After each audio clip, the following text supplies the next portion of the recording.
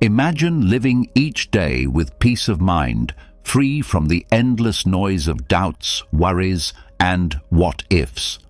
Imagine being able to face challenges with clarity, calm, and focus, instead of being trapped inside your own head, replaying the same thoughts again and again. But tell me honestly, how many times have you lost hours, even days, stuck in overthinking, paralyzed by fear, indecision, and scenarios that never even happened? The truth is simple. Your mind can be your greatest ally or your worst enemy. If you let it run wild, it will control you, weaken you, and keep you from living fully. But if you learn to take charge of it, to discipline it, to see things as they really are, you will find strength, freedom, and calm like never before. Today, you are going to discover the 15 Stoic lessons that will stop overthinking forever. These are not just empty words or motivational tricks. They are timeless principles used by some of the greatest minds in history, men who carried the weight of empires, wars, and destiny, yet kept their peace. If they could master their minds in the face of chaos, then you can certainly master yours. So get ready, because after this video, your thoughts will no longer control you. You will control them. Before we begin, I want you to make a promise to yourself. Write in the comments, "My mind is calm." You are not just typing words, you are sending a message to yourself, programming your mind for clarity. The more you repeat it, the more it will become a reality. So write it down now, and let's get started. Number 1. Control what's yours. Drop the rest. Look around you. How much of your stress, your worry, your overthinking comes from things you cannot control? How many hours have you wasted replaying the past, trying to change what is already written, or imagining the future as if worrying about it could bend it to your will? Stop. That battle is not yours to fight. The Stoics taught one powerful truth. There are things that belong to you, and there are things that do not. What belongs to you are your choices, your actions, your effort, your response. What does not belong to you are the opinions of others, the twists of fate, the weather, the economy, the judgments of strangers, the outcomes you cannot fully shape. The sooner you accept this, the freer you will be. Marcus Aurelius, Emperor of Rome, carried the burden of ruling an empire, yet he reminded himself each morning, "You have power over your mind, not outside events. Realize this, and you will find strength." Even the ruler of the known world could not command the storms, the wars, or the betrayals, but he could command himself, and that was enough. Now think about yourself. How many times have you felt paralyzed because you tried to control something outside your reach? Maybe you wanted someone to like you, but they didn't. Maybe you worked hard on a project, but the outcome didn't match your expectations. Maybe you tried to control what people said or thought about you, but they kept talking anyway. Each time you gave away your peace of mind to something you could never hold. Ask yourself, does this belong to me? If the answer is no, then let it go. You don't have to fight every storm. You don't have to carry every burden. Most of the weight you feel on your shoulders is not yours. It's borrowed from things you can never command. Why live as a slave to illusions? Overthinking is born from this mistake. You replay conversations in your head, trying to rewrite them. You imagine scenarios that may never happen, trying to solve problems that don't even exist. You torture yourself with what-ifs, but in reality, only one thing matters: what you can do here and now. Not yesterday, not tomorrow, not in the minds of others. Only here, only now. So what should you do? Start small. Each time you feel anxiety rising, pause and separate. Say to yourself, This belongs to me. This does not. Your effort, yours. Your attitude, yours. Your choices, yours. The weather, not yours. The past, not yours. The opinions of others, not yours. This clarity is freedom. This is how you stop wasting energy on shadows and start building strength on what is real. Epictetus, once a slave and later a great Stoic teacher, said, "Happiness and freedom begin with a clear understanding of one principle. Some things are within our control and some things are not." He had no control over chains or masters, yet he found freedom in mastering himself. If he could do it with nothing, why can't you with everything you have now? The next time you catch yourself lost in thought, worrying about something far beyond your reach, remind yourself, "Not mine." Then turn back to what is yours. Use your energy there. Invest your focus there. That is where your strength grows, where your peace lives, where your mind becomes calm. Remember this: when you chase what isn't yours, you lose yourself. When you master what is yours, you win every time. Control what's yours. Drop the rest. Because freedom does not come from controlling the world. Freedom comes from controlling yourself. Number 2, remember, life is short. Look at your life. How many days have already passed? How many mornings have you opened your eyes, yet treated the gift of another day as if it were guaranteed, as if it would last forever? The truth is brutal, but freeing. Your time is running out.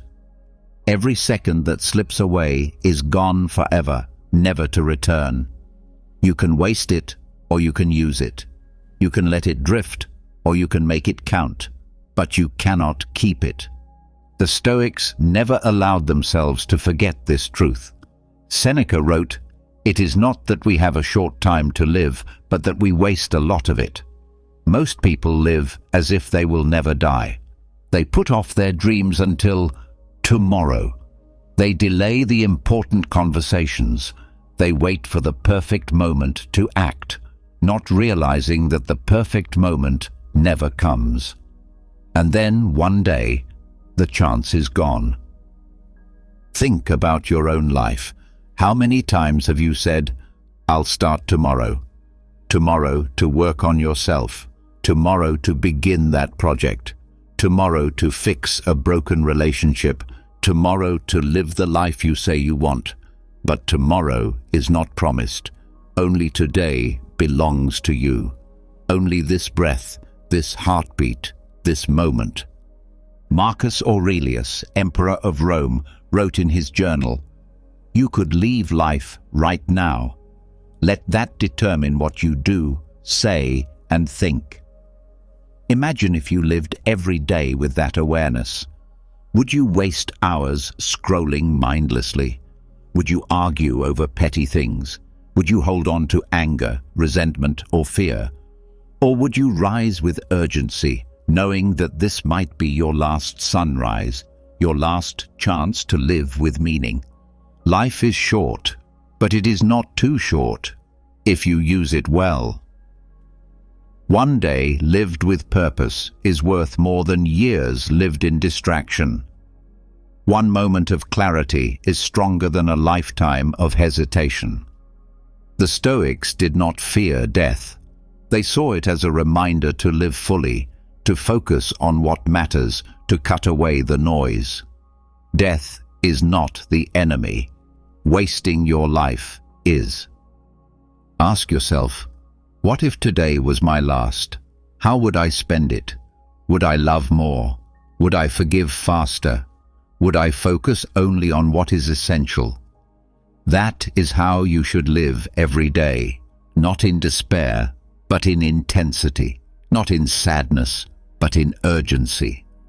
Overthinking steals your life because it makes you live everywhere except the present. You replay the past, which you cannot change. You imagine the future, which you cannot control.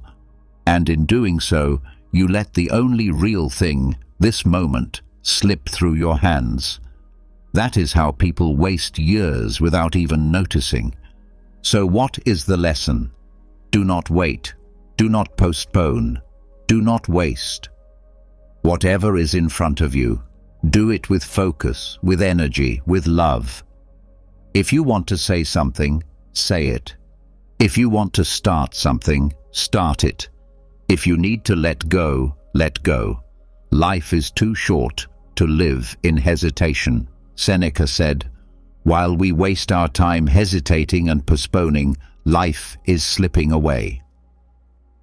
Every day you are given is a gift. Do not treat it like it is cheap. Treat it like gold, because that is what it is. Remember this: you will die. Everyone you know will die. One day, this world will go on without you. This is not a reason to fear. It is a reason to live fiercely, wisely, and without delay. Do not let death surprise you living half asleep. Do not let the end come while you are still waiting to begin. Live now. Act now. Love now. Life is short. Remember it, and let that truth guide every choice you make. Number 3, expect problems. Life is not smooth. Life is not gentle. Every day carries its own battles. And if you walk into the day expecting ease, you will be crushed the moment things go wrong. But if you expect problems, if you prepare your mind for them before they arrive, then nothing can break you. Marcus Aurelius, the Stoic emperor, wrote in his journal each morning, "Today you will meet interference, ingratitude, arrogance, disloyalty, ill will, and selfishness, all of them due to the offender's ignorance of what is good or evil." He reminded himself of this before stepping into the world. Why? Because he knew the truth. People will disappoint you, life will test you, and fate will strike without warning.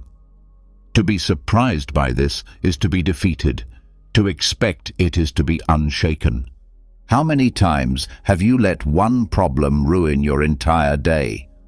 The traffic jam that made you late, the rude person at work, the plan that failed, the bill you didn't see coming. Each time you were shocked, as if life had promised you comfort, as if you deserved a day without obstacles. But no such promise exists. Problems are not exceptions, they are the rule. The Stoics understood this deeply. Epictetus taught that if you expect your journey to be smooth, you are a fool. He said, "When you are about to go out into the rain, you prepare a cloak.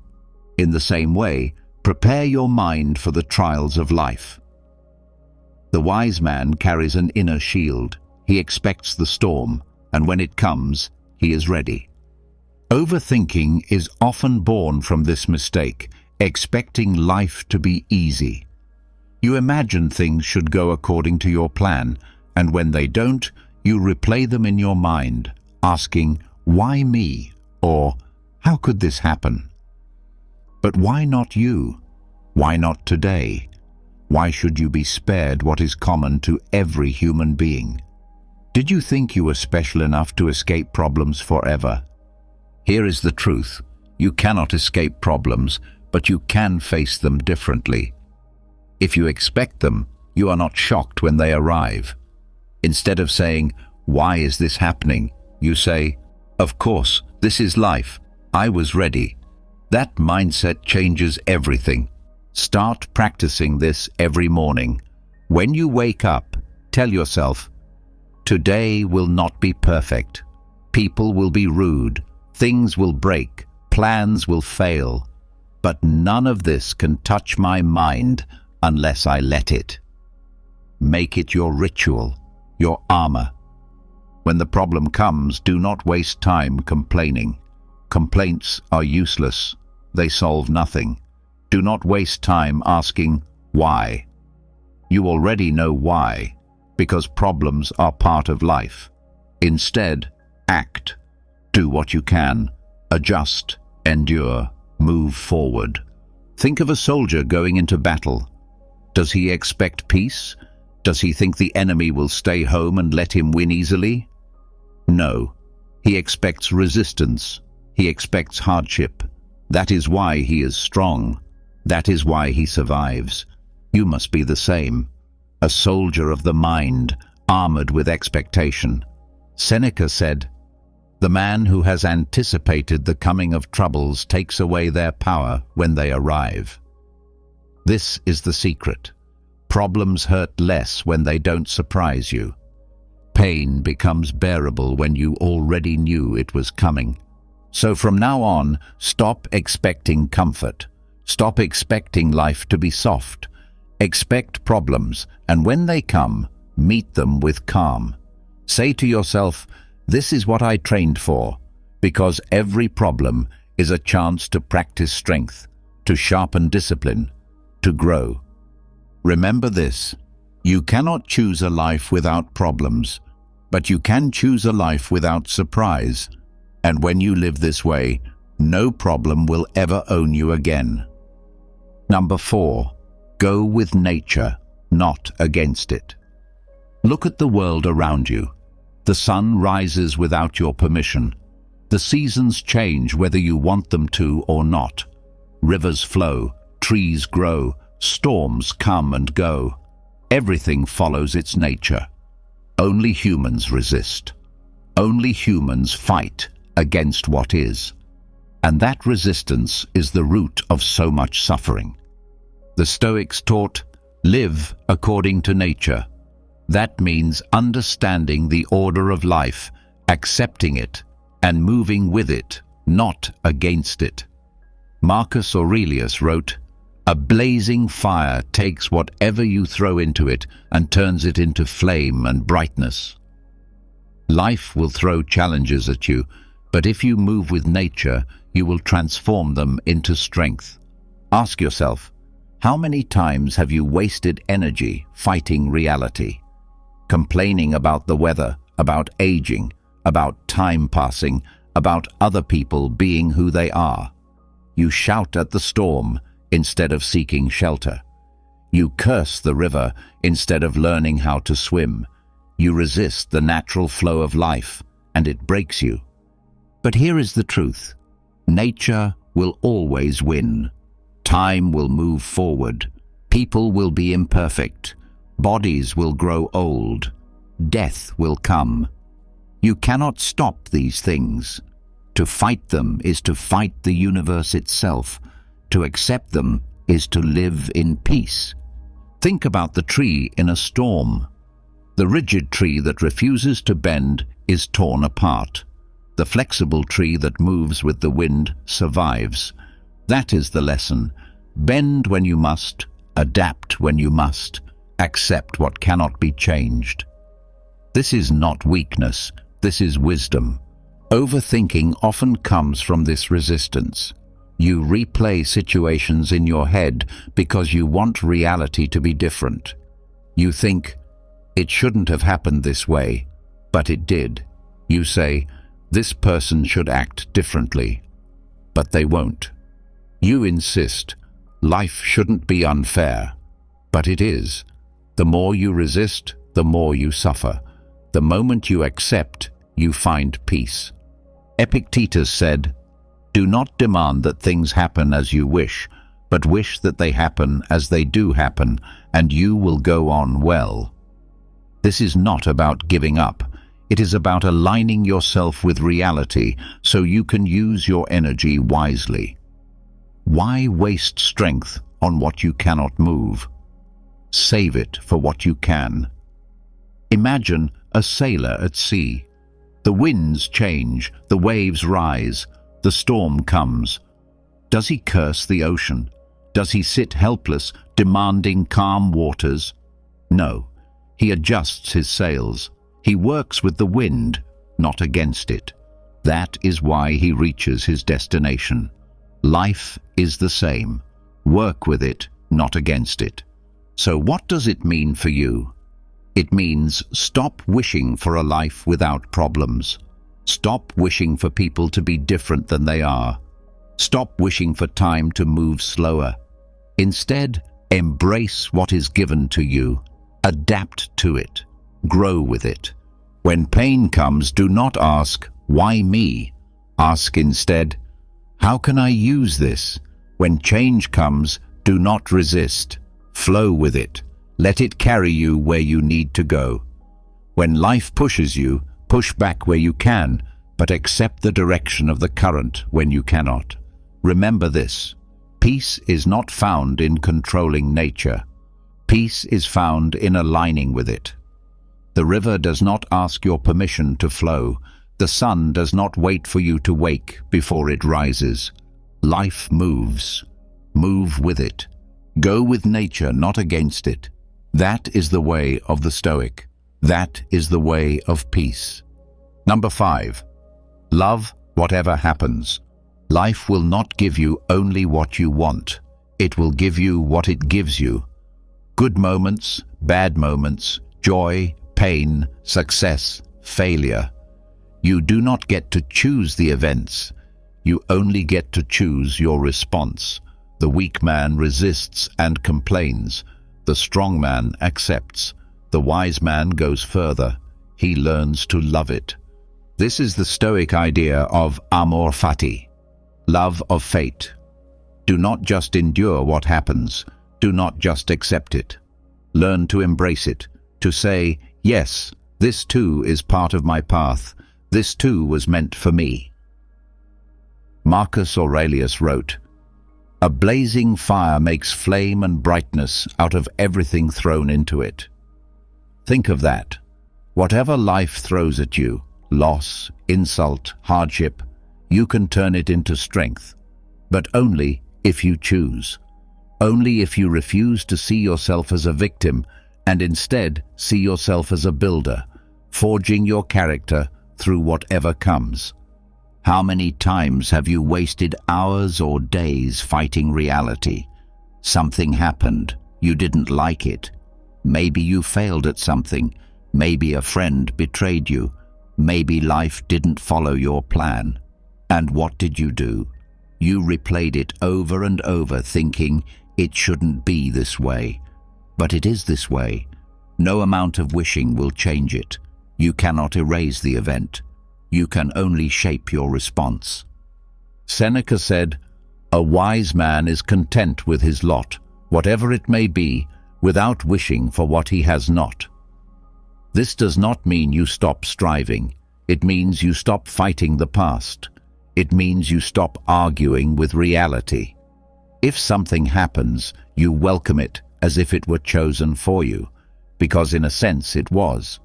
Not chosen by you, but chosen by life, by the universe, by the very order of nature. Think about this. Every difficulty you have ever faced has shaped you. Every failure taught you something. Every heartbreak hardened or humbled you. Every obstacle forced you to grow. If you look back honestly, you will see that the worst things gave you strength. The hardest things made you who you are. Why then should you hate them? Why not love them? Overthinking often comes from resistance. You refuse to accept what has happened, so your mind keeps replaying it. What if I had done this differently? What if it had gone another way? You trap yourself in endless scenarios. But the truth is clear. It happened. The only path forward is to love it, to say, "This is my story. This is part of me." Imagine a sculptor. He does not choose a perfect block of marble. He takes the block he is given, cracks, flaws and all, and through his work, he shapes it into something beautiful. Life gives you the block. You are the sculptor. Love the block with all its imperfections and make something from it. So, how do you practice this? When something unwanted happens, do not react with anger. Pause. Breathe. Then say to yourself, "Good. This too is fuel for me. This too will shape me." Repeat it until it becomes natural. Train your mind to see every event as a gift. every twist of fate as material for growth. The Stoic does not just survive fate, he befriends it. He learns to say not only "I accept," but "I love." That is true freedom, when nothing that happens can break you, because you have already welcomed it. Remember this: life will not give you everything you want, but it will give you everything you need to become who you must be. Stop fighting. Stop resisting. Start loving. Love whatever happens. Amor fati. That is the path of strength. Number 6. Know what's up to you. Most of your suffering comes from confusing what belongs to you with what does not. You spend hours, days, even years trying to control things that were never yours to control. And in the process, you ignore the only thing that was always yours: your own mind, your own choices, your own actions. The Stoic teacher Epictetus said it clearly: "Some things are in our control and others not." That is the foundation of freedom. If you understand this, you will stop wasting your life. If you forget it, you will live in chains. Ask yourself honestly, how much of your energy goes to things outside your control? You stress over the past, but the past is gone. It is not up to you. You worry about the future, but the future has not arrived. It is not up to you. You worry about what others think, what others say, what others do, but their minds, their tongues, their actions are not yours. They are not up to you. So what is up to you? Your judgment, your decisions, your discipline, your effort, your response to events. That is your domain. That is your kingdom. You are powerless over everything else, but you are powerful here. Marcus Aurelius reminded himself every day, you have power over your mind, not outside events. Realize this, and you will find strength. This is not a comforting phrase. It is a command. When something goes wrong, ask yourself, was this in my control? If yes, then act. If no, then let it go.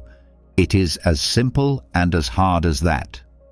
Think about how much overthinking comes from forgetting this rule. You replay conversations, wishing you could change the other person's reaction. But their reaction is not up to you. You worry endlessly about outcomes, but the outcome is not fully up to you.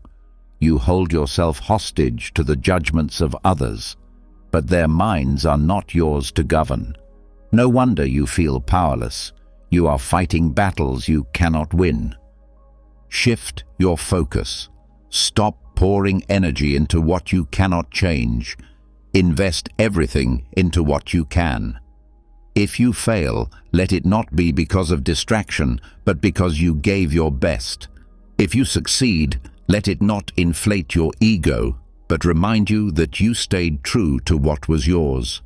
Epictetus taught his students with a simple image. Imagine life as a game of dice. The dice roll is not up to you, that is fate. But how you play the pieces after the roll, that is up to you. Some people waste their lives cursing the roll, wishing for a different throw. The wise man picks up the dice, accepts them, and plays them with skill. Ask yourself right now, what am I carrying that isn't mine? Whose opinion am I holding on to? What fear of the future am I letting control me? What regret from the past am I still chained to? Drop it. Say to yourself, not up to me. And turn back to what is.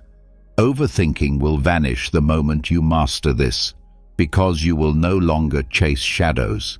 You will no longer try to live in other people's heads. You will no longer waste years fighting what cannot be moved. Instead, you will stand firm in the one place you always had power, yourself. Remember this. Freedom is not getting everything you want. Freedom is knowing what is yours and letting go of the rest. The one who knows what's up to him can never be enslaved. The one who doesn't will always be a prisoner. So draw the line, guard your mind, act only where you have power, and say every day, "This is mine, that is not." Know what's up to you. That is the start of real strength. Number 7. See thoughts for what they are.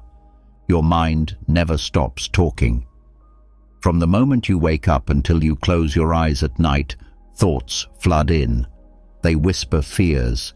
They replay old mistakes. They imagine future disasters. They tell you stories about who you are, about what people think, about what could go wrong. And most of the time, you believe them. You let them control you. But here is the truth. Your thoughts are not facts. They are not commands. They are only impressions, passing clouds in the sky of your mind.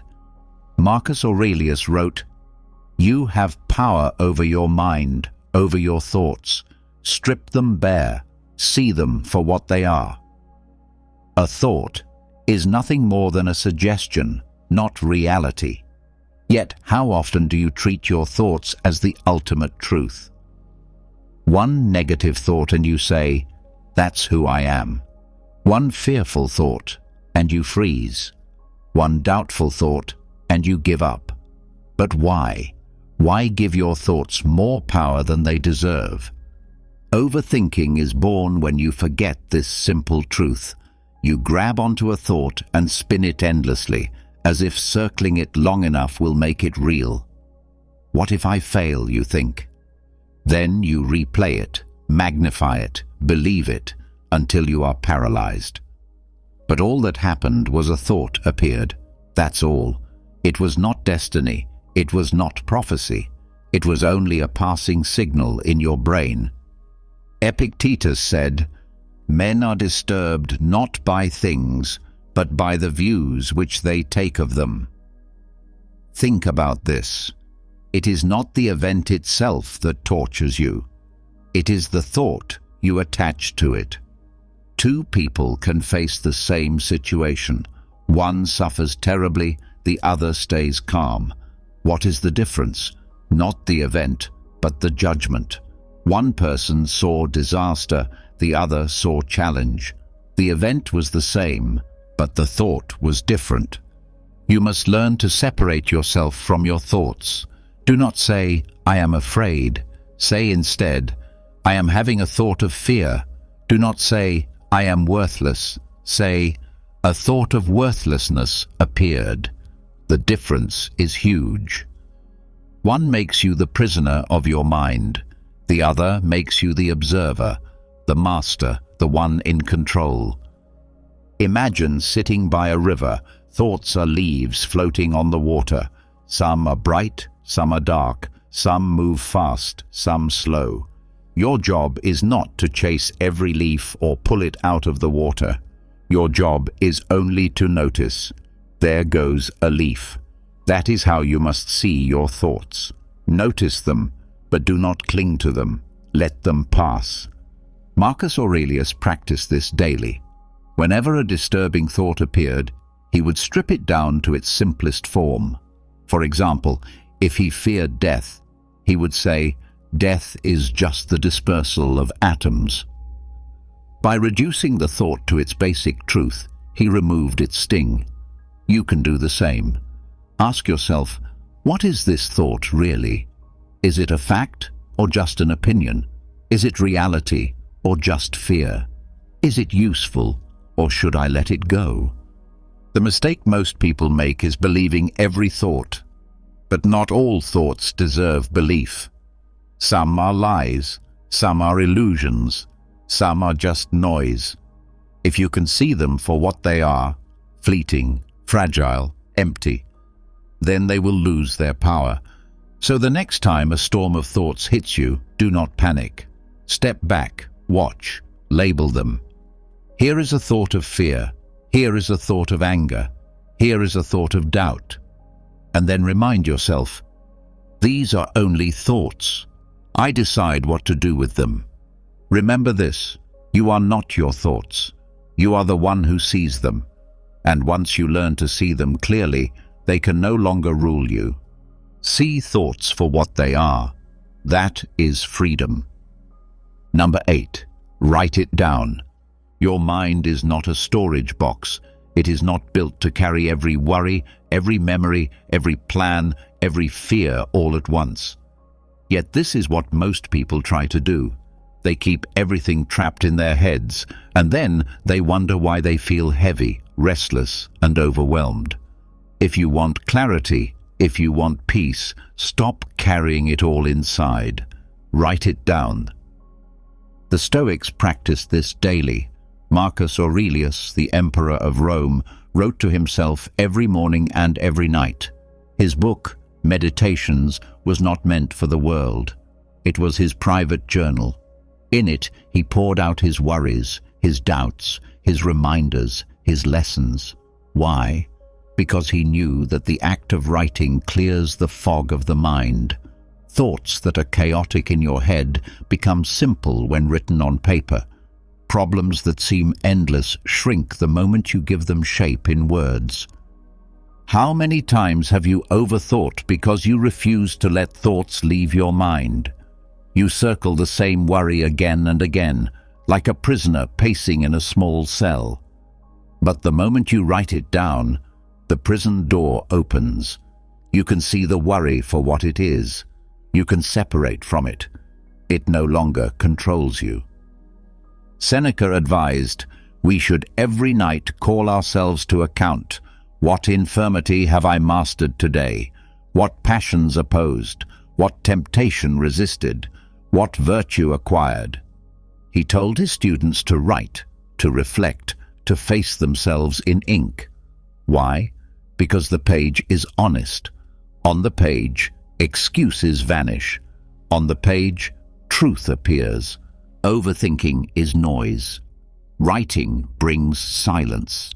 When you take a pen and force your thoughts into words, you force them to slow down. You turn vague feelings into clear sentences. You give form to the formless, and in that process, you take back control. Do not make this complicated. You don't need a fancy journal. You don't need perfect words.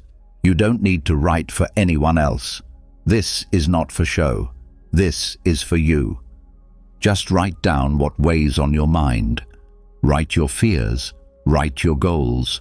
Write the questions you cannot answer. Empty your head onto the page. Here is a practice. In the morning, write what you expect to face. Prepare your mind for the day. Today, I will likely meet frustration. Today, someone may insult me. Today, plans may fail. But none of this can stop me from being just, disciplined, and calm. This was Marcus Aurelius's method, arming his mind before battle. At night, write again. Reflect. Ask yourself, where did I act with discipline today? Where did I fall short? What can I improve tomorrow?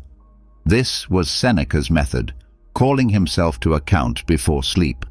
Both morning and night, they used the page as their tool for clarity. Think of it this way. Your thoughts are like wild horses. Left unchecked, they run everywhere, dragging you with them. Writing is the reins. Writing takes control. It directs the wild energy into order and purpose. The next time you find yourself stuck in a loop of overthinking, stop. Grab a pen. Write down exactly what is running through your mind. Don't judge it, don't edit it, don't hide it. Just write. Once it is on the page, look at it with fresh eyes. You will often see that what felt overwhelming was nothing but smoke. Remember this, you are not your thoughts, but if you keep them locked inside, they will rule you. If you put them on paper, you rule them. The Stoics did not write to impress. They wrote to live with clarity. You should too. Write it down. That is how you free your mind. Number 9. Ask what now, instead of why me. Life will test you. This is not a maybe, it is a guarantee. Problems will come, losses will come, pain will come. And when they do, the first question that rises in most people's minds is, why me? Why did this happen to me? Why is life so unfair? Why do I always suffer? But this question is poison. It makes you weak. It keeps you trapped in self-pity, paralyzed and blind. The Stoic never asks, why me? The Stoic asks, what now? Marcus Aurelius said, do not waste time arguing about what a good man should be. Be one. In the same way, do not waste time arguing with life about whether your pain is fair. It happened. It is here. The only question that matters is, what will you do with it? Think of this. When you ask, why me? You hand your power to fate. You sit back as a victim, blaming luck, blaming others, blaming the universe. Nothing changes. You suffer twice, once from the event and again from your own mind. But when you ask, what now? You reclaim your power. You stand up, you act, you take the pain and turn it into movement. Epictetus was once a slave. He could have spent his life asking, why me? Why was I born into chains? But he didn't. He asked instead, what now? How can I use my mind, my choices, my discipline? And with that question, he rose from slavery to wisdom, teaching emperors how to live. How many times have you been stuck in overthinking because you kept asking, why me? A plan failed, and instead of moving forward, you obsessed over why it didn't work. Someone betrayed you, and instead of letting go, you tortured yourself with questions you will never answer. Life handed you pain, and instead of acting, you drowned in pity. But pity builds nothing. Action builds everything. So train yourself. The next time hardship strikes, stop the spiral. Do not ask, why me? Ask, what now? Lost your job? What now? What skill can you sharpen? What path can you open? A friend walked away. What now? What lesson can you learn? What strength can you build? Plans collapsed. What now? How will you adjust? How will you stand again? The Stoic knows that pain is not the end. It is the beginning of a test, and the only way to pass the test is action. Seneca wrote, a gem cannot be polished without friction, nor a man perfected without trials. Every trial shapes you. Every friction sharpens you. If you only ask, why me? You miss the gift inside the pain. If you ask, what now? You unlock it. Think about the soldier on the battlefield. An arrow strikes his shield. Does he cry out, why me? Why not someone else? No. He raises the shield higher. He moves forward. He acts. That is why he survives. You must be the same. This does not mean ignoring pain. It means not being ruled by it. You can feel the sting, but you do not freeze. You can feel the weight, but you do not collapse. You keep your focus on the only question that gives life. What now? Remember this. Why me makes you weak. What now makes you strong. One keeps you chained to the past. The other pulls you into the present, where action lives, where strength is born. So when the next blow comes, and it will, stand tall. Do not waste a single breath asking, why me? Say instead, what now? And then move. Number 10. Slow down and use reason. Most people live like a fire out of control, reacting, rushing, exploding at every spark. Someone insults them and they lash out. Something unexpected happens and they panic. A thought of fear appears and they drown in it. They never pause. They never think. They let emotions drive their lives like a wild horse dragging its rider through the dirt. But the Stoic way is different. The Stoic slows down. The Stoic uses reason. Marcus Aurelius said, "If you are distressed by anything external, the pain is not due to the thing itself, but to your judgment about it. And this you have the power to revoke at any moment." Do you see? The event itself does not destroy you. Your reaction does. Your judgment does. And judgment can be changed if you slow down long enough to see clearly. Overthinking is the child of rushing. You react too quickly to every thought, every feeling. A fear enters your mind and you treat it like truth. A worry appears and you feed it with attention. But if you slowed down, if you stepped back, you would see it differently. You would say, "Wait, is this true? Is this useful? Or is this just noise?" That pause is your power. Seneca advised, "We are often more frightened than hurt, and we suffer more in imagination than in reality." Think about that. Most of the pain you feel never comes from reality. It comes from your mind running faster than your reason. You imagine, you exaggerate, you multiply the danger. If only you slowed down, if only you let reason lead, you would see that the monster in your head is often just a shadow. So how do you practice this? First, create the habit of pausing. When something upsets you, do not react at once. Stop. Take a breath. Ask yourself, what exactly happened? What am I adding to this event with my judgment? This small space between event and reaction is where wisdom lives. Second, train your reason daily. The Stoics did not only rely on calmness in the heat of the moment, they prepared their minds in advance. They reflected, they wrote, they meditated on principles. That way, when the storm came, they already had anchors to hold them steady. You must do the same. Feed your mind with reason before you need it. Imagine you are a sailor. If you rush in panic every time the wind shifts, you will wreck your ship. But if you pause, study the wind, adjust your sails with calm, you will reach your destination. Reason is the compass. Speed without reason is suicide. Overthinking is speed without direction. You let your mind run wild in circles, but reason is the map that shows you the way. When you slow down and ask, what is the truth here? What is in my control? What is the wise action? The noise disappears. Clarity comes. Action becomes simple. Marcus Aurelius often reminded himself, "Does this make me a better human being? If not, let it go."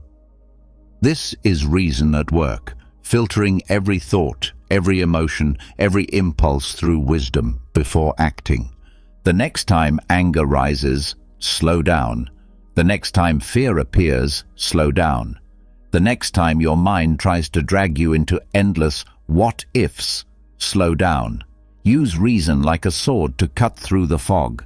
Remember this: emotions scream, but reason whispers. If you rush, you will hear only the scream.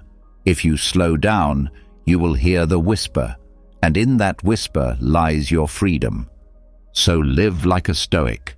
Slow down, think, use reason, and let your actions be guided not by panic, not by fear, not by anger, but by clarity and wisdom. Number 11. Imagine losing things you love.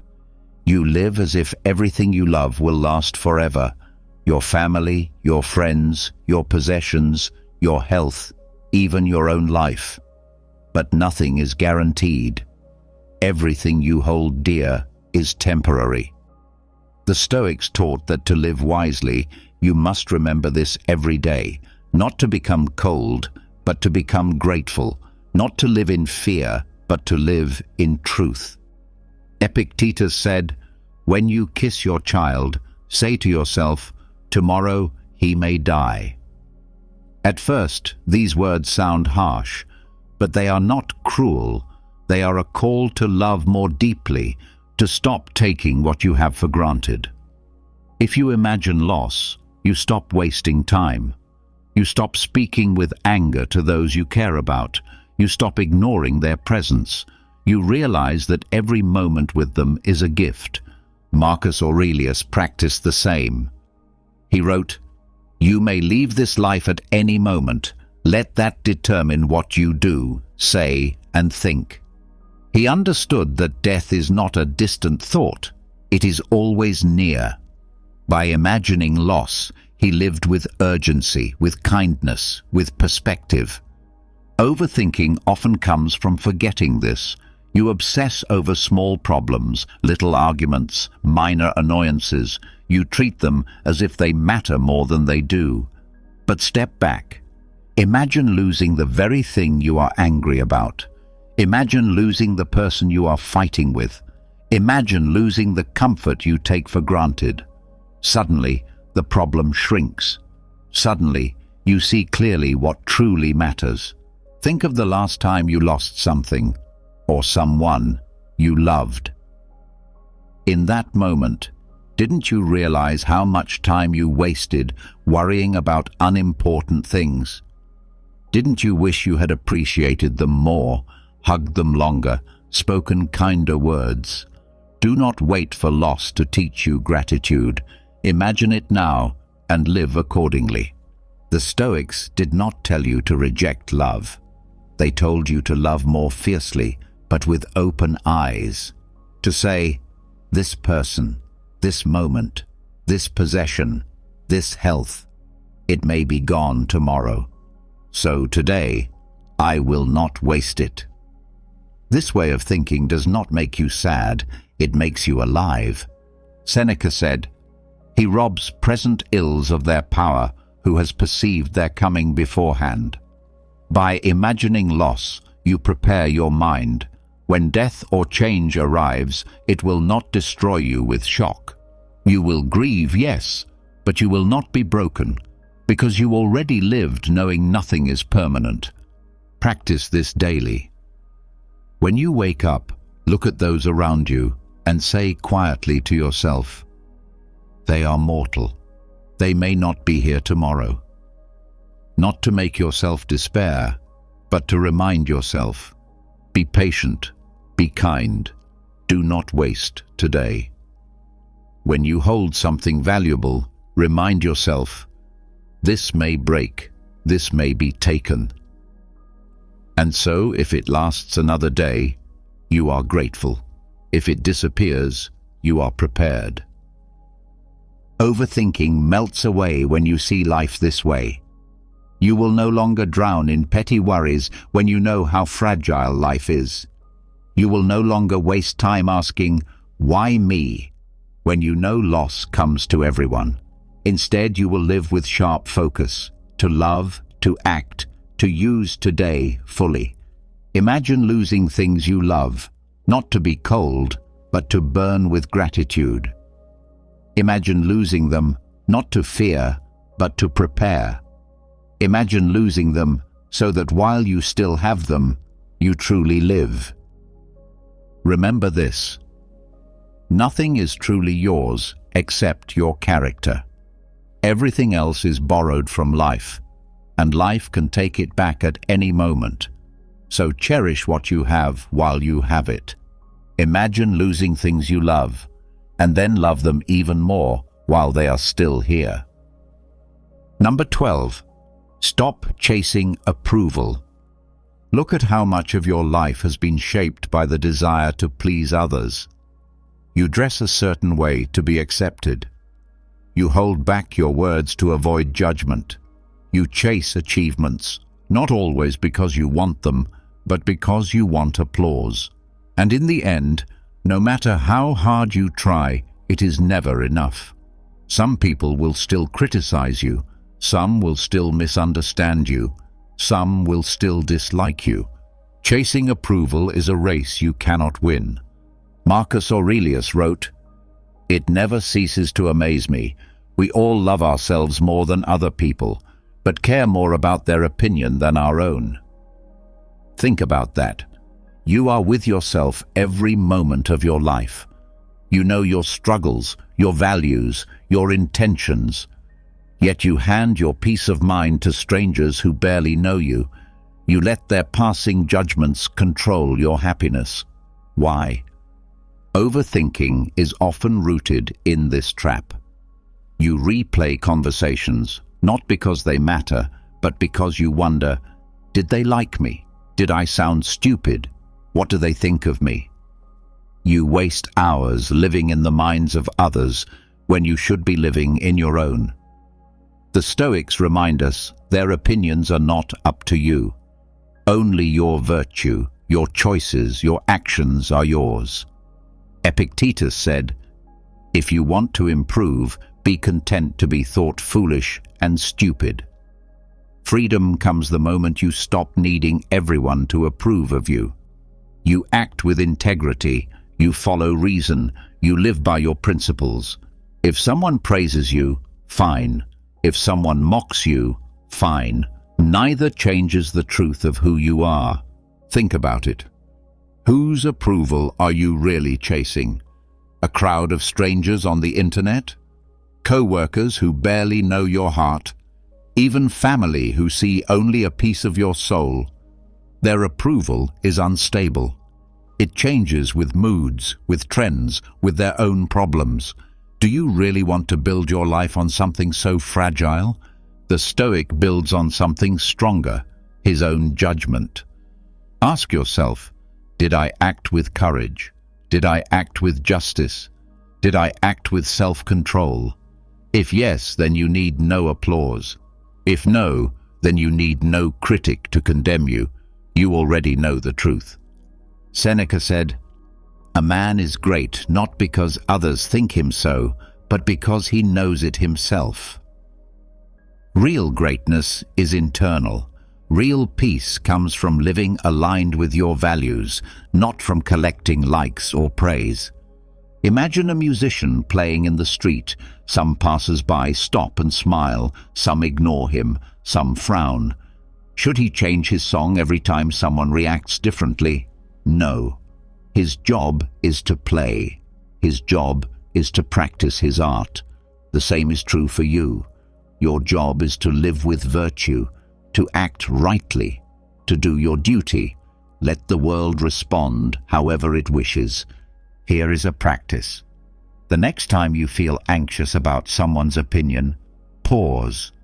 Ask yourself, is this person's approval really necessary for me to live according to my values? 99 times out of 100, the answer is no. Their opinion has no real power unless you hand it to them. Overthinking ends when approval-seeking ends. You no longer need to replay every word, every action. You know you acted rightly, and that is enough. Remember this, you will never control what people think. You will only control how you live. And the man who stops chasing approval becomes untouchable, calm, free, and strong. Stop chasing approval. Live for truth, not applause. Number 13, stay in the present. Your mind is a time traveler. One moment it drags you into the past, rehashing mistakes, replaying regrets, reliving pain. The next moment, it pulls you into the future, imagining fears, building what-ifs, creating problems that do not yet exist. And while your mind runs everywhere, you miss the only place where life actually happens, here, now, in the present moment. Marcus Aurelius reminded himself, "Do not let the future disturb you. You will meet it, if you have to, with the same reason you apply now to the present." The Stoics knew that the past cannot be changed, the future cannot be controlled, and the only true power lies in the present. Yet most people spend their lives everywhere except here. No wonder they are restless. No wonder they feel lost. Overthinking thrives on time travel. You think endlessly about what you should have done yesterday. You worry endlessly about what might happen tomorrow, but yesterday is gone and tomorrow is uncertain. Only today is real. Only this moment is yours. When you waste it, you waste your life. Seneca wrote, "Life is divided into 3 periods: that which has been, that which is, that which will be. Of these, the present is short, the future is doubtful, the past is certain. We are always living as if we were about to live." Think about that. Most people don't live. They prepare to live. They wait for the right moment. But the right moment is always now. Ask yourself, how many hours have you lost thinking about what you should have said in a conversation that is already over? How many nights have you wasted worrying about things that never even happened? This is the trap. This is why you feel heavy, anxious, and drained. You are carrying time that isn't yours. The Stoics teach you to drop it, to return to now, to give your full attention to what is in front of you. If you are working, work. If you are eating, eat. If you are with a friend, be with them fully. This is not weakness, it is strength. It is the discipline of refusing to be torn apart by past and future. Imagine an archer. He cannot shoot yesterday's arrow. He cannot shoot tomorrow's arrow. He can only focus on the arrow in his hand, the target in front of him, the breath he takes right now. That is life. You cannot live yesterday or tomorrow. You can only live this moment. And if you live this moment well, the rest will take care of itself. When your mind drifts, catch it. Bring it back. Ask yourself, am I here or am I somewhere else in time? Train this awareness like a muscle. At first, your mind will run wild, but the more you bring it back, the stronger your control becomes. Overthinking disappears when you stay in the present, because in the present, there is no regret, no fear, no endless what if. There is only action. There is only clarity. There is only life, raw and real. Marcus Aurelius wrote, "Confine yourself to the present." That was his command to himself, written night after night, because even emperors forget. Even emperors need reminding, and so do you. Remember this, the past is gone, the future is not yet here. All you ever truly have is this moment. Do not waste it. Do not ignore it. Live it. Stay in the present. That is where freedom lives. Number 14. See struggles as practice. Most people see struggle as punishment. They complain, "Why is this happening to me? Why is life so unfair?" They treat every obstacle as an enemy, every hardship as proof that life is against them. But the Stoic sees it differently. The Stoic sees every struggle as training, every obstacle as practice. Marcus Aurelius wrote, "The impediment to action advances action. What stands in the way becomes the way." This is the essence of Stoic strength. The thing you thought was holding you back is actually shaping you, preparing you, sharpening you.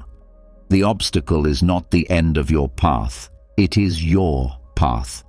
Think about a soldier. He does not complain when the training is hard.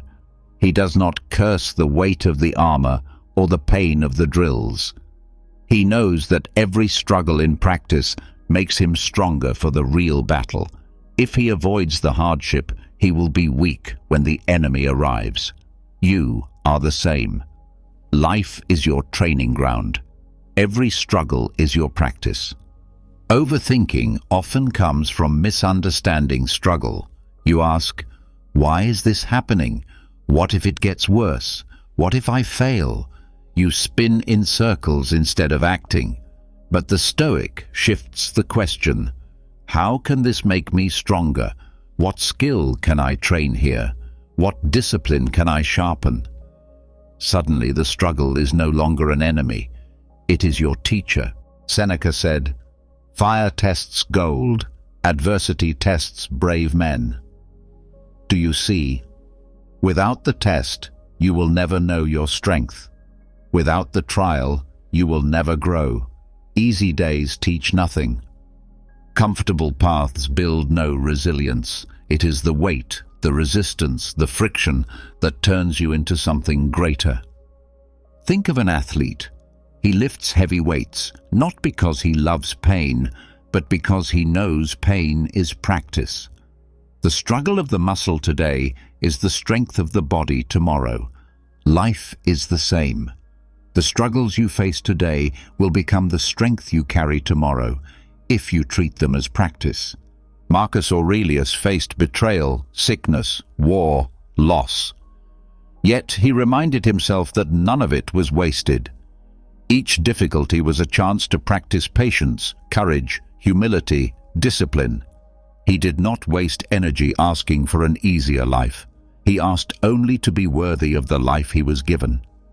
So when you face hardship, do not ask for it to disappear. Ask instead, what can I train here? If you are insulted, it is practice for patience. If you lose, it is practice for resilience. If plans collapse, it is practice for flexibility. If pain arrives, it is practice for courage. Every struggle is a hidden lesson. Every hardship is a gym for the soul. Overthinking fades when you see life this way, because instead of drowning in "why me," you focus on "what can I learn?" Instead of fearing the obstacle, you embrace it as your teacher. And once you see struggles as practice, nothing can break you. Remember this: comfort makes you soft, struggle makes you strong. Every time life pushes you, it is not destroying you, it is training you. Treat it that way. Smile at the weight. Thank the obstacle. Use every hardship as practice for greatness. See struggles as practice, because in the end, life is not against you. Life is shaping you. Number 15. Everything passes. Nothing in life stays the same. The seasons change. The river flows. The body grows, ages, and fades. Joy comes and goes. Pain comes and goes. Everything you experience, whether beautiful or terrible, will eventually pass. Yet most people live as if their current state will last forever. In happiness, they cling and fear losing it. In sadness, they despair and believe it will never end. Both are mistakes. The truth is simple. Everything passes. Marcus Aurelius reminded himself daily of this truth.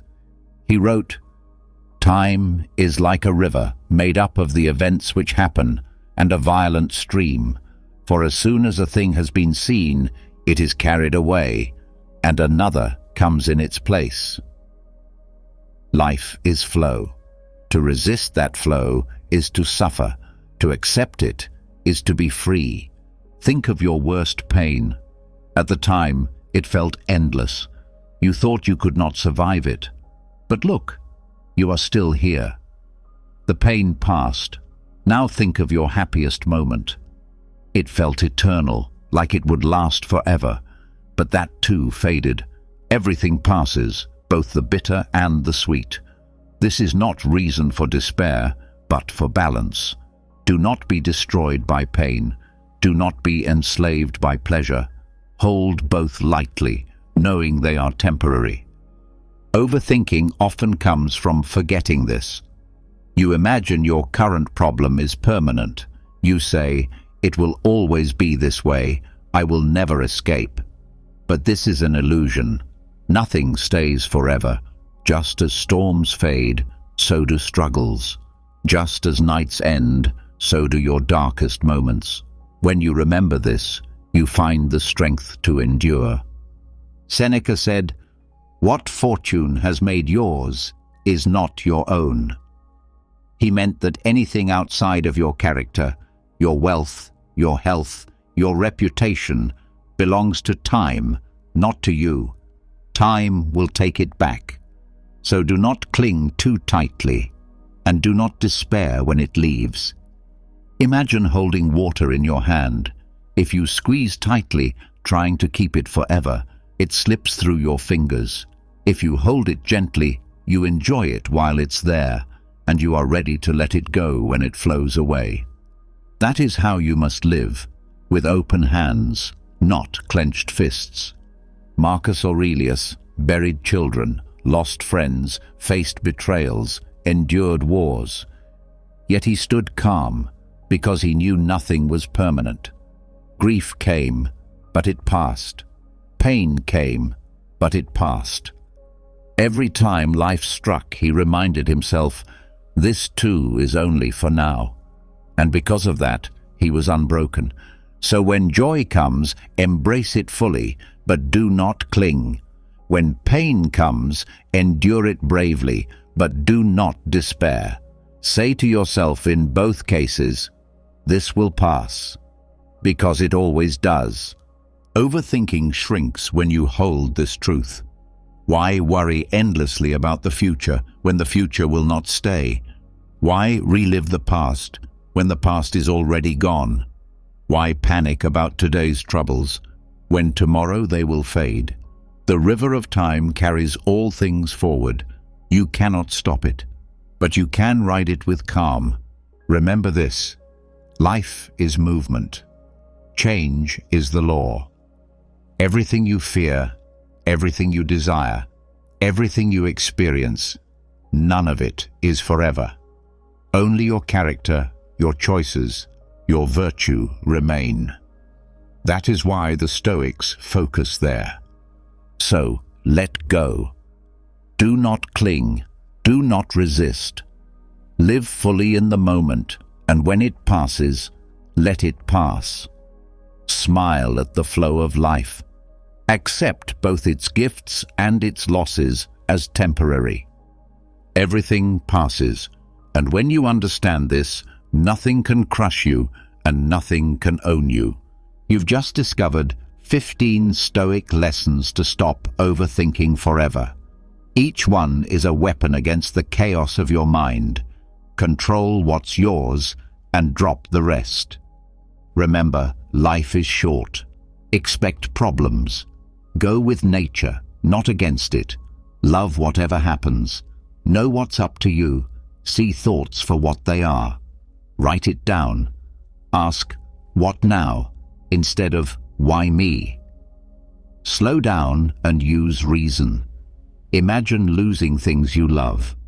Stop chasing approval. Stay in the present. See struggles as practice.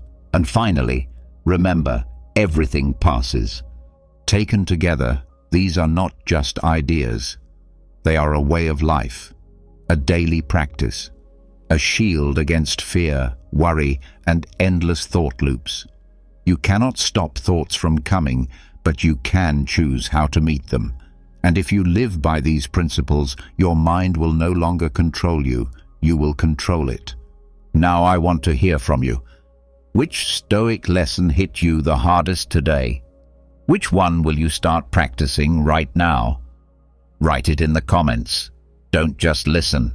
Commit. Declare it. Put it into words.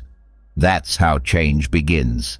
And if you found value here, if you're ready to keep building discipline, clarity, and strength with the wisdom of the Stoics, then subscribe to the channel right now. Because this is just the beginning, and you don't want to miss what's coming next. Stay strong, stay present, live by reason, not by fear.